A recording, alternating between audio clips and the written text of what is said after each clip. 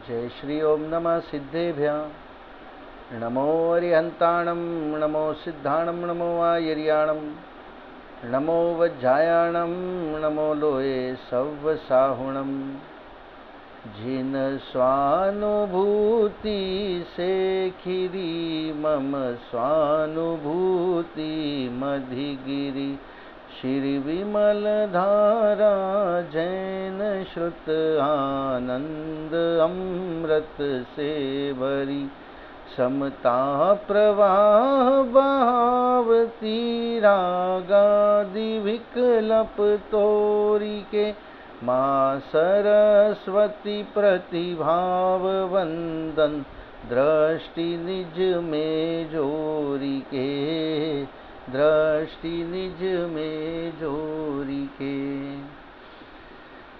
आचार्य वादीप सिंह सूरी द्वारा विरचित छत्र चूड़ामणि अपर नाम जीवनधर चरित्र की चर्चा हम लोग कर रहे हैं, जिसमें 9वां लंब अपना प्रारंभ हुआ है, जिसके 13 श्लोकों तक की हम चर्चा कर चुके हैं। तो ज्ञानी अज्ञानी का स्वरूप बता रहे थे। वृद्ध बनकर जीवनधर कुमार जो हैं वो सुरमंजरी को प्रभावित करने के लिए या उससे विवाह करने की आशा लेकर वृद्ध का वेश धारण करके नगर में भ्रमण कर रहे थे। तो अज्ञान का स्पष्ट स्वरूप बताया पिछले श्लोक में कि जिसमें महान आश्चर्य का खेद की बात, महान आश्चर्य और खेद की बात है कि आयु और शरीर प्रत्यक्ष रूप से क्षण क्षण में नष्ट होते दिखाई दे रहे हैं, फिर भी अविवेकी इसे नहीं मानते और काल को ही विनश्वर मानते हैं। शरीर की अवस्था वृद्ध को देखकर जो ज्ञानी थे उनको वैराग्य जैसा भाव आ गए, और जो अज्ञानी थे उनको वैसे कोई भी भाव नहीं आए। आज अपने को एक ये 435 नंबर पेज पर श्लोक नंबर 14 से बात को आगे बढ़ाना है। वृद्धावस्था में माँ की भी उपेक्षा होना। हंत लोको वयस्यन्ते किमन्यैरपि मातरम मन्यते न तृणाप्यापि मृत्यु श्लोक्या ही वर्ध्यका। अन्वयार्थ। खेद है, मनुष्य बुढ़ापे में जन्म देने वाली माता को भी तृण के समान भी नहीं समझते। औरों का तो फिर कहना ही क्या। स्वयं की माता यदि बहुत वृद्ध हो जाए, बेड रेस्ट पे हो, वैसे भी वृद्धावस्था में किसी से कोई काम हो नहीं सकता है, मगर एकदम बेड रिडन हो, बेड से उठ भी ना सके, उसका आहार निहार भी उसको उन माताजी को पलंग पे बैठ के ही करना पड़े, तब जो पुत्रों को या घर वालों को जो हालत होती है, अवस्था होती है, वो उनको तिनके के समान भी नहीं समझते। मतलब ये सोचते हैं यार ये कब इनकी देह छूटे और हम लोगों की जान छूटे इसमें से, ऐसे। इसलिए बुढ़ापे से तो मरना ही अच्छा है। सरलार्थ। अत्यंत खेद की बात है कि मनुष्य वृद्धावस्था को प्राप्त अपनी जन्मदात्री माता की भी तृण के समान भी कीमत नहीं समझता है, तो अन्य व्यक्तियों की क्या कीमत करेगा, उन्हें क्या आदर सम्मान देगा। अतः बुढ़ापे का जीवन जीने से तो मर जाना ही अच्छा है। ये बहुत फिल्मों में भी हमने देखा है, आजकल तो जीवन में बहुत सारे एग्जाम्पल ऐसे देखे जाते हैं।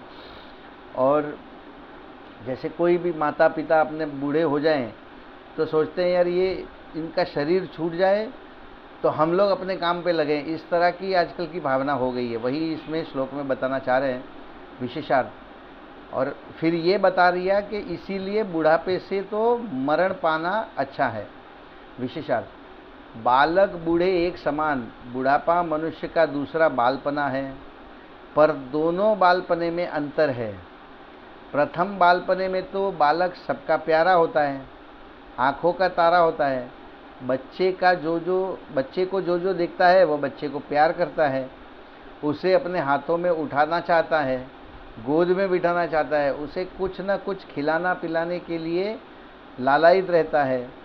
इस बालक को एक ही व्यक्ति अनेक नामों से, प्यार भरे शब्दों से पुकारता है और बहुमान करता है, लाड प्यार करता है। देखिए क्या बता रहे हैं, बालक बूढ़े एक समान। बचपना और बुढ़ापा दोनों एक समान है, क्योंकि उसमें भी बचपने में भी आप दूसरों पर निर्भर हैं, बचपने में आप अपने माता पिता पर निर्भर हैं, और बुढ़ापे में आप अपने बच्चों पर निर्भर हैं। तो बालक और बूढ़े एक समान है, लेकिन फिर भी एक अंतर है। कि जो नन्हा बालक है उसको तो हर कोई खिलाना चाहता है, कुछ न कुछ खिलाना पिलाना चाहता है, उसको गोद में बिठाना चाहता है, उसको अनेक अनेक प्यारे नामों से बुलाता है, उनके साथ खेलना चाहता है।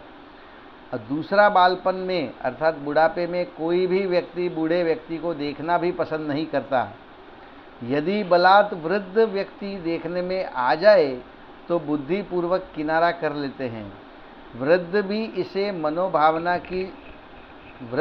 इस मनोभावना को समझ लेते हैं, जिससे उसे अत्यंत दुख होता है। जो बुढ़ापा, अगर अपने किसी के घर में जा रहे हैं और वहाँ पे एक छोटा बच्चा है 2 साल का 4 साल का, और वहीं पर अगर कोई 80 साल की माताजी हैं, तो हम बच्चे के साथ खेलना ज़्यादा पसंद करेंगे, पर माताजी के साथ बैठकर कोई भी वार्तालाप करना या उनकी कोई सेवा शुश्रूषा करना, इस तरह का भाव अपने में नहीं आएगा। और इस भाव को, इस बात को वृद्ध भी इस मनोभावना को समझ लेते हैं, जिससे उन्हें अत्यंत दुख होता है। वृद्ध व्यक्ति भले ही अपने माता पिता क्यों न हो, पुत्र भी मन में स्वयं उनकी सेवा नहीं करता है। यदि वृद्ध मदद की चाह करे, विनती करे, दीन बनकर भोजन पान की अपेक्षा करे, तो भी उसे खिलाने पिलाने में किसी को रस नहीं रहता है। वृद्ध व्यक्ति से घर के व अन्य कोई व्यक्ति 2 बातें भी नहीं करते हैं और न ही उनकी बात सुनना चाहते हैं। वृद्ध व्यक्ति है, घर में पड़े हैं एक कोने में, ना उनसे कोई बात करना चाहता है, ना वो क्या बोल रहे हैं इस बात को कोई सुनना चाहता है। मान सम्मान के साथ वार्तालाप करना तो सपना बन जाता है। तो मतलब इज्जत से बात, लोगों को क्या लगता है ना कि बुढ़े हो गए हैं, इनके सामने कुछ भी बोलो ये सुनेंगे नहीं। हालांकि इंद्रियां शिथिल होने से उनकी कर्णेंद्री थोड़ी सी कमज़ोर ज़रूर होती है, मगर कुछ बातें वो सुन लेते हैं, कुछ बातें नहीं सुन पाते हैं। अब उनके सामने, उनके देखते अपने कुछ भी अनाप शनाप हरकतें भी करें, तो आधी चीज़ों को वो इग्नोर कर लेते हैं, आधी चीज़ों को देखकर उनको मन ही मन में खेद होता है। वृद्ध किसी को पुकारे भी तो उसकी सुनी अनसुनी करना सबकी सामान्य बात है। अतः बुढ़ापे से मर जाना ही अच्छा है। बुढ़ापे में दुख अधिक है और मर जाने में दुख कम है, अज्ञानी ऐसा मानता है। बुढ़ापे के उपेक्षा पूर्वक जीने की अपेक्षा मर जाना अज्ञानी को सुखदायक लगता है। देखिए, मनुष्य भव है, चाहे बुढ़ापा ही क्यों ना हो, यदि आपने सही समय पर तत्व ज्ञान को समझा है, जिनवाणी का मर्म आपके ध्यान में है, जिनेंद्र भगवान के कहे हुए सिद्धांतों में यदि आपकी दृढ़ श्रद्धा है, तो बुढ़ापे में भी आप अपना निज कल्याण का काम अवश्य कर सकते हैं। लेकिन अज्ञानी जो है, जिन्होंने पूरे ज़िंदगी विषय कषायों में ही जिनकी पूरी ज़िंदगी रची बची है, भोग विलास में पूरा समय निकल गया है, जिन्होंने तत्व ज्ञान के बारे में कुछ भी नहीं सुना है, 6 द्रव्यों के नाम नहीं पता, 7 तत्वों के नाम नहीं पता, फिर वो बुढ़ापे में आलाप विलाप करते हैं। इसीलिए अज्ञानी को लगता है कि मरण जो है वो बुढ़ापे से कहीं ज़्यादा बेहतर है। अगला श्लोक देखते हैं 15 नंबर का। वृद्ध वेशधारी जीवेंद्र कुमार का नगर में भ्रमण इत्याद्यूहं च हास्यं च जनयन् प्राज्ञा बालयो अगारम सुरमंजर्या वर्षियान पुनरसत। अन्वयार्थ, बुद्धिमान और बालकों के इस प्रकार विचार और हास्य को उत्पन्न करता हुआ यह बूढ़ा फिर सुरमंजरी के घर पहुंचा। अब क्या क्या बुद्धिमान और बालकों के, बुद्धिमान जो थे उनको तो वैराग्य प्रेरक बातें ध्यान में आई, और जो बालक भी हो या अज्ञानी भी हो उनको हास्य आ रहा था बुढ़े को देखकर। वैसे इन बुढ़ों ने, ये बुढ़े वास्तव में कौन थे? जीवेंद्र कुमार। वैसे ये उत्पन्न करता हुआ यह बूढ़ा फिर सुरमंजरी के घर पहुंचा। सरला, वह बूढ़ा ब्राह्मण नगर में भ्रमण करता हुआ बुद्धिमानों में पूर्वोक्त प्रकार से गंभीर विचार एवं बालकों में हास्य उत्पन्न करता हुआ कन्या सुरमंजरी के घर पहुंचा। अगला श्लोक 16 नंबर का। पूछे गए प्रश्न का वृद्ध द्वारा उत्तर। पुष्टोदो वारिकस्त्रीभिराचष्ट फलमागते कुमारा तीर्थमार्थात न हि हास्यम सतावच। अन्वयार्थ, द्वार की रक्षा करने वाली स्त्रियों से पूछे हुए प्रश्न का इस बूढ़े ने अपने आने के कारण को आत्मा के कल्याण के लिए कुमारी तीर्थ में स्नान करने के लिए आया हूँ, इस प्रकार कहा। निश्चय से सज्जन पुरुषों का वचन झूठा नहीं होता है। क्या बताना चाह रहे हैं सरलार्थ में देखते हैं। कन्या सुरमंजरी के द्वार पर नियुक्त स्त्रियां, मतलब जो उनके वॉचमैन टाइप की या उनके द्वार पे कोई स्त्रियां खड़ी की हुई होगी, किसको प्रवेश देना किसको नहीं देना, तो कन्या सुरमंजरी के द्वार पर नियुक्त स्त्रियां, कन्या सुरमंजरी के द्वार पर नियुक्त स्त्रियों ने उस वृद्ध से प्रश्न किया, आप यहाँ पर क्यों आए हैं। तब बूढ़े व्यक्ति ने प्रश्न के उत्तर में कहा, मैं कुमारी तीर्थ को प्राप्त करने आया हूँ। वास्तव में सज्जनों के वचन असत्य नहीं होते। ये नीति का श्लोक बता दिया। जो वृद्ध जीवेंद्र कुमार वृद्ध के वेश में सुरमंजरी के घर के द्वार के पास पहुँचे तो द्वार पर नियुक्त जो स्त्रियां थी उन्होंने जीवेंद्र कुमार से पूछा कि आप यहाँ किस लिए आए हैं। तो जीवेंद्र कुमार ने उस वृद्ध के वेश में जीवेंद्र कुमार ने कहा कि मैं कुमारी तीर्थ को प्राप्त करने आया हूँ। फिर नीति का श्लोक ये बता दिया कि वास्तव में सज्जनों के वचन असत्य नहीं होते। विशेषार्थ, वृद्ध व्यक्ति का उत्तर मैं कुमारी तीर्थ को प्राप्त करने आया हूँ, इसका मूल मर्म तो स्त्रियों के कुछ समझ में नहीं आया। यही हमारे प्रश्न का उत्तर है, यह भी वे समझ नहीं पाई। वे वृद्ध वेशधारी जीवेंद्र कुमार का उत्तर तो सत्य और स्पष्ट है कि मैं कुमारी तीर्थ अर्थात कुमारी सुरमंजरी को प्राप्त करने आया हूँ।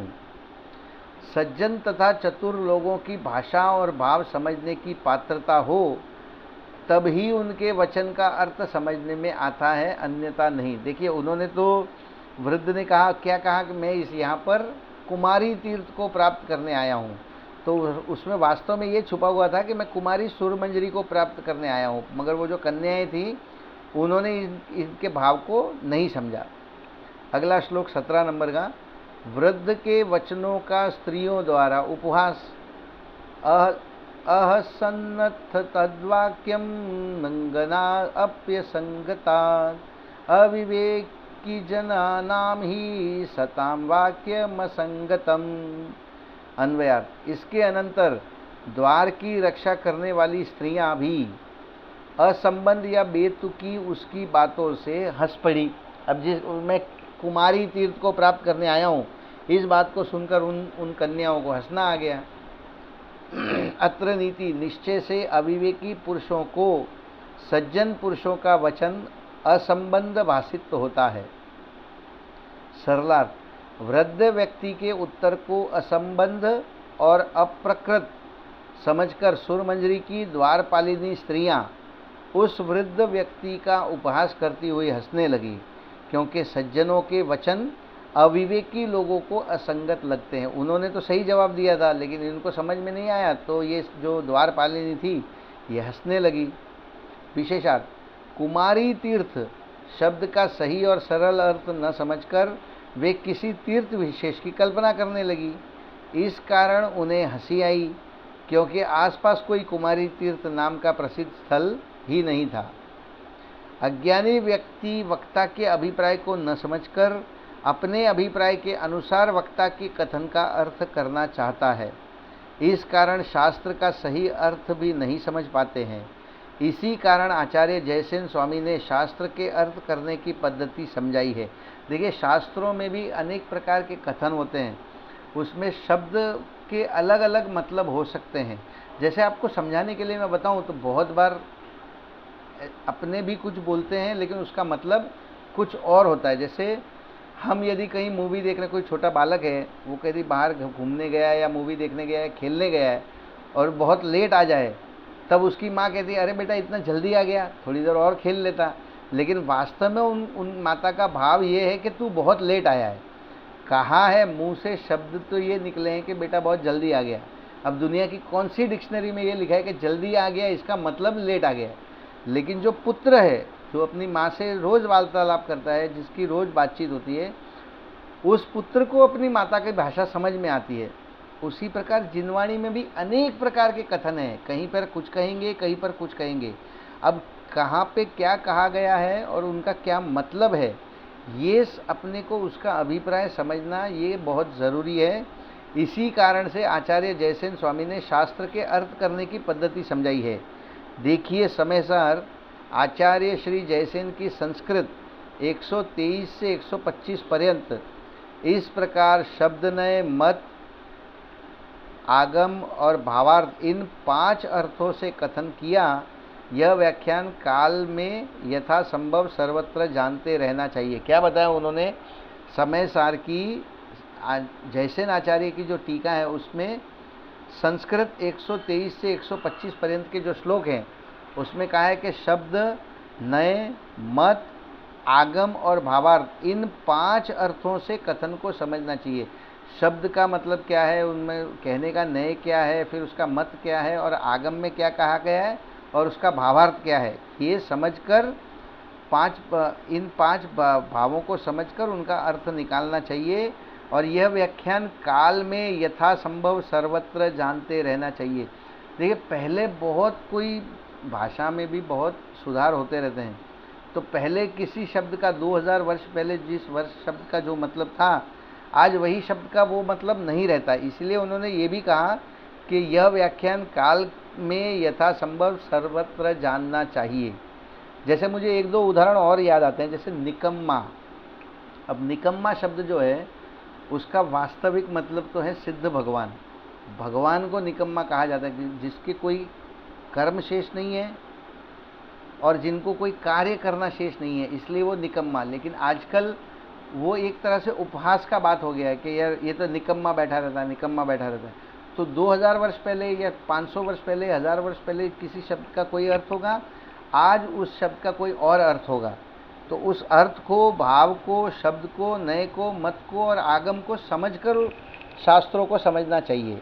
उसके बिना अर्थ का अनर्थ निकल सकता है।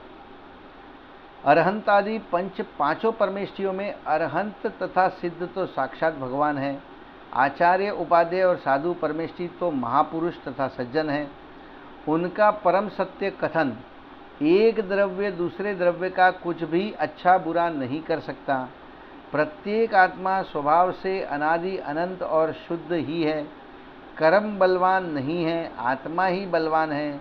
सच्चा व्यवहार धर्म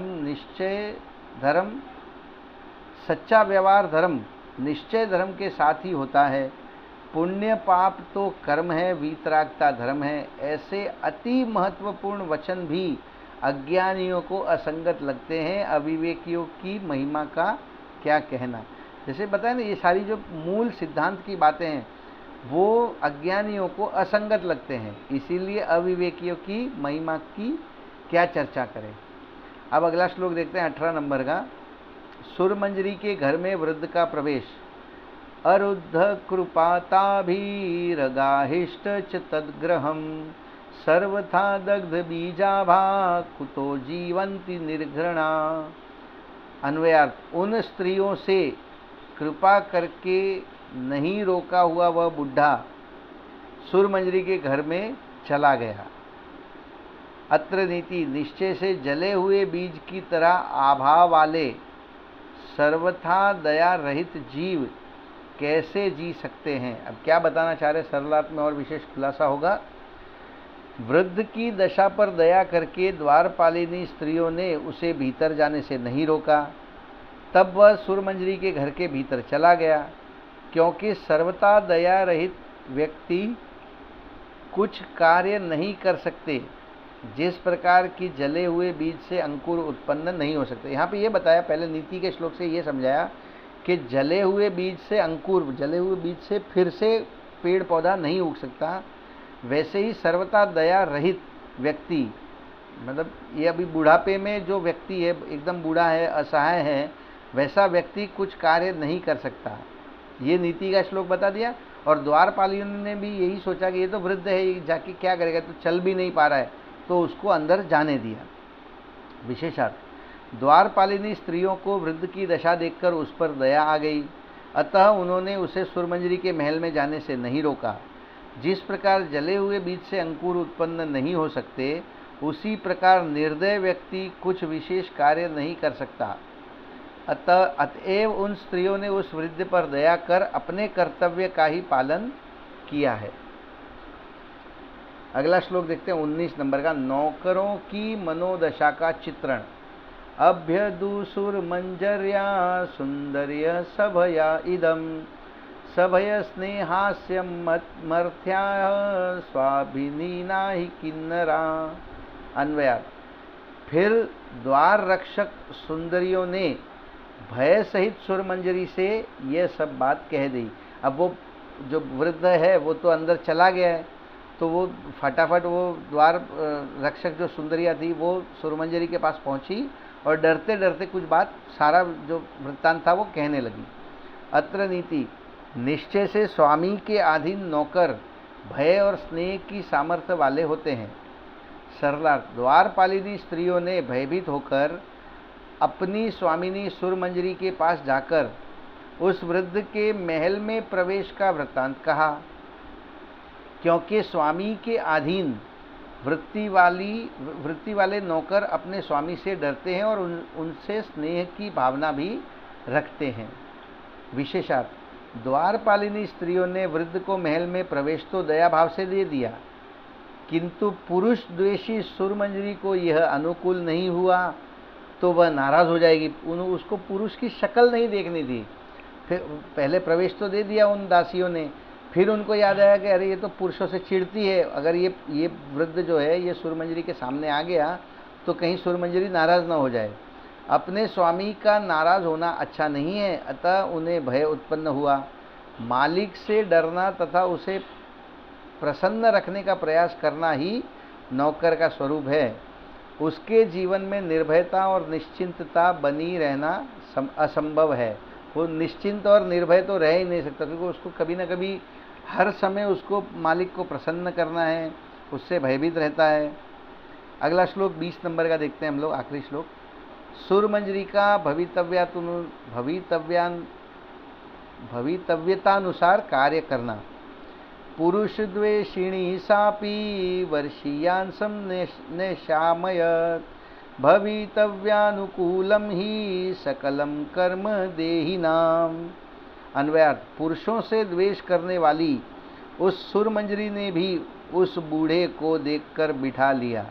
अब क्या हुआ कि वैसे तो पुरुषों से वो नफरत करती थी, लेकिन एकदम वृद्ध था, चलने में भी समर्थ नहीं था, इसलिए उसे देखकर सुरमंजरी ने उसे बिठा दिया। अत्र नीति। निश्चय से जीवों के संपूर्ण कार्य होनहार के अनुसार ही हुआ करते हैं। ये क्यों बताया होनहार के अनुसार हुआ करते हैं? क्योंकि दोनों का विवाह होने की योग्यता है, दोनों का विवाह होने वाला है, इसलिए कहा कि जीवों के संपूर्ण कार्य होनहार के अनुसार ही हुआ करते हैं। सरलार्थ।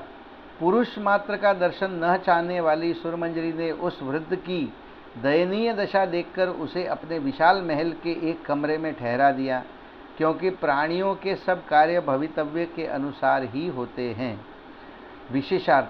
सुरमंजरी का भविष्य में जीवेंद्र कुमार से विवाह होना है। उस भवितव्यता के अनुसार ही सुरमंजरी ने उस वृद्ध पुरुष को आदर के साथ अपने महल के एक कमरे में रहने को स्थान दे दिया। प्रत्येक प्राणी जो भी कार्य करता है वह अपनी भवितव्यतानुसार ही करता है। यह एक स्वाभाविक नियम समझना चाहिए। ये स्वाभाविक नियम है और जैन सिद्धांत के मूल रहस्यों, गूढ़ रहस्यों में से एक है कि कार्य जो होगा वो अपनी भवितव्यतानुसार होगा, उसके अंदर योग्यता होगी उस कार्य के होने की तो वो स्वयमेव होगा। निमित्त कहीं से लाने नहीं है, निमित्त स्वयमेव वहाँ पे उपस्थित होंगे। काल को भी आपको लाना नहीं है, जिस समय में वो कार्य होना होगा और जिस पुरुषार्थ से होना होगा वैसे ही वो होगा, उसको कोई भी बदल नहीं सकता है। तो इसी मंगल भावना से आज की बात को हम लोग समाप्त करते हैं। अभी जिनवाणी स्तुति। हे जिनवाणी भारती तो हे जपूं दिन रैन, जो तेरी शरणाग्रहे सो पावे सुख चैन। जा वाणी के ज्ञान ते सूझे लोकालोक, सो वाणी मस्तक नमो सदा देत हूँ ढोक, सदा देत हूँ ढोक। बोलिए जिनवाणी मात की जय हो।